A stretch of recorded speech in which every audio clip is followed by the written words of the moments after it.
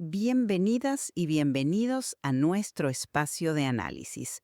Hoy nos vamos a centrar en el sentimiento del inversionista minorista. Específicamente, vamos a examinar si esa compra tan entusiasta durante caídas bruscas del mercado, bueno, como la que vimos no hace mucho, es realmente una señal de advertencia fiable. Esta es una idea impulsada por un análisis reciente de Mark Hulbert. Exacto. Y la cuestión que vamos a explorar aquí es, a ver, ¿esta compra en las caídas refleja de verdad una señal contraria sólida de un posible techo de mercado? ¿O es que hay factores macroeconómicos y cambios estructurales en el mercado que hoy limitan su validez como un indicador único?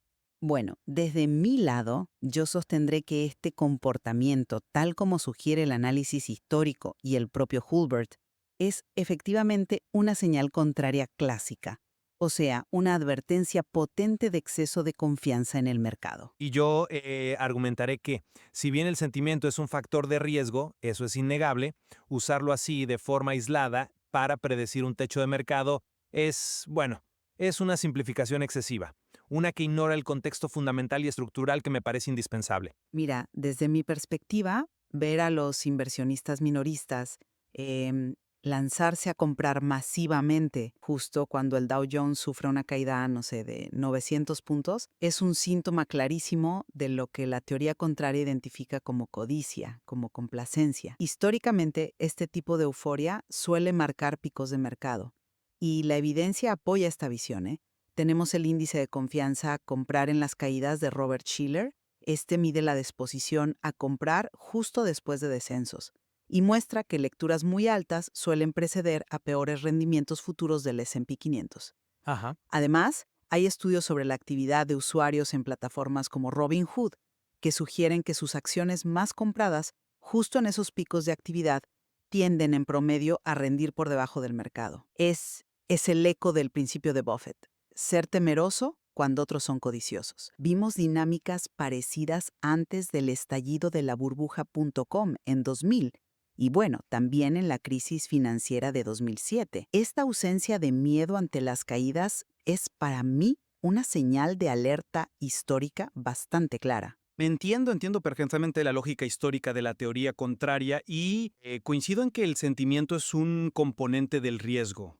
Claro que sí. Sin embargo, yo lo veo más como un indicador de condiciones de riesgo elevado que como una herramienta precisa para determinar el momento exacto de una corrección. A ver, los mercados pueden permanecer en estados de euforia, a veces irracionales, por periodos prolongados. Pueden entrar en lo que se llama una fase de blow-off top, ¿no? Esa etapa final de aceleración alcista justo antes de una caída significativa. Entonces, depender solo del sentimiento para acertar el cuándo es, por lo tanto, muy arriesgado. Además, este enfoque tiende a minimizar factores fundamentales que son cruciales. Por ejemplo, cuál es la perspectiva de la inflación, qué se espera de las tasas de interés de los bancos centrales, cómo están evolucionando los beneficios corporativos. Si estos elementos son sólidos, pues podrían justificar valoraciones elevadas y sostener el mercado, incluso frente a una alta confianza minoritaria. Y no olvidemos algo importante, el inversionista minorista de hoy es distinto. La prevalencia de los fondos cotizados, los ETFs y el trading algorítmico han, digamos, difuminado un poco las líneas con las estrategias institucionales. Puntos válidos sobre el contexto, sí, pero creo que la fuerza de la psicología de masas sigue siendo un factor dominante en los extremos. El estudio sobre Robinhood que mencioné antes me parece relevante justo por eso, porque muestra un patrón agregado. Justo cuando la convicción minorista está más alta, sus decisiones tienden a ser, colectivamente, menos acertadas. Una compra masiva tras una caída tan fuerte es una manifestación palpable de esa complacencia. Es una señal que la teoría contraria nos dice que no deberíamos ignorar. Estoy de acuerdo. La complacencia es un riesgo, por supuesto, pero insisto en la dificultad del timing. Si los fundamentales macroeconómicos, pensemos, no sé, en una inflación que se modera o un crecimiento de beneficios empresariales que resulta mejor de lo esperado, si estos ofrecen soporte, ¿no podrían estos factores contrarrestar la señal de sentimiento y prolongar la tendencia alcista? Depender únicamente del sentimiento nos deja un poco ciegos a esta otra mitad crucial de la ecuación, ¿no crees? Es cierto.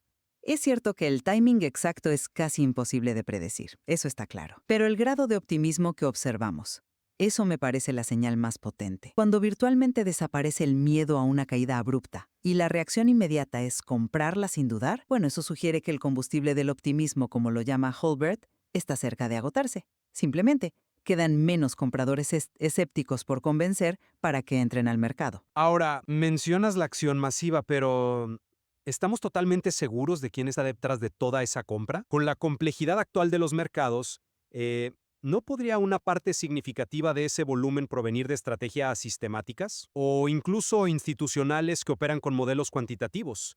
Y no solo del minorista e impulsivo clásico que tenemos en mente. Si la composición del comprador ha cambiado, pues la vieja señal contraria basada en el error del pequeño inversor podría estar perdiendo efectividad o al menos volviéndose más ambigua. Es una pregunta pertinente sobre la composición exacta, sí. Sin embargo, yo argumentaría que la manifestación generalizada de comprar agresivamente una caída tan pronunciada, independientemente de la mezcla precisa de actores, bueno, eso refleja una complacencia peligrosa a nivel sistémico.